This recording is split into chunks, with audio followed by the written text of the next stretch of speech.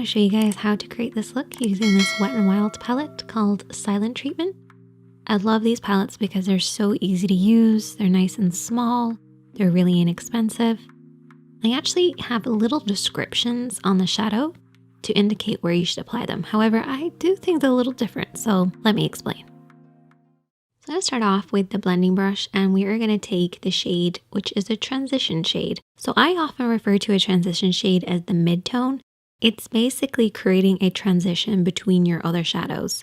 That's why I call it a mid-tone, because it's like a middle tone, so it's somewhere in between everything that you're applying. So this is a beautiful sort of mauve-y, almost like a blushy kind of tone. I really like it with this look. And transition shades typically go in the crease area. So the crease area is where the lid creases into the eye shape, but it actually refers to anything above this point, but stopping underneath the brow. And you want it to be nice and soft and blended. That's why you use a blending brush.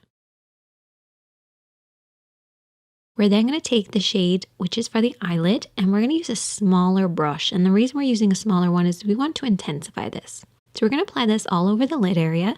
So this is basically going to go from the lash line up towards the transition shade or the mid-tone in the crease. So apply this evenly across the lid, matching up to where the mid-tone starts. Don't go beyond that point. Keep this to the lid, but just get to the very edge where the mid-tone or transition shade starts. You're then going to take what they refer to as the crease shade. Personally, I wouldn't use this in the crease. You could if you wanted to deepen the crease, but I want to use this on the outer edge, and I want to use it as a definer or as my contour. So we're going to apply this on the outer third of the lid, and I'm using a flat brush to give me lots of control. But once I've applied it on the outer third, I then take a soft pencil brush and just soften it out. This is actually the same brush that we use to apply the lid shade. That way you bring everything in together. Then we're going to take that crease shade again, and this time we're going to apply this underneath the eye. So I'm going to use that flat brush again and apply this underneath on the outer third. And with that pencil brush that we used before, we're going to soften this out. Really important to keep everything nice and soft and blended. Next, we're taking the brow bone shade, which is the lightest shade, and we're going to apply this with a lip brush or a small detailed brush and apply this underneath the brows. And this will sharpen up the look. The brow bone actually creates a much sharper look because it creates that contrast between what's going on in the crease and the lid. And you can also use this shade on the inner corner, the center of the lid, basically anywhere you want to slightly brighten.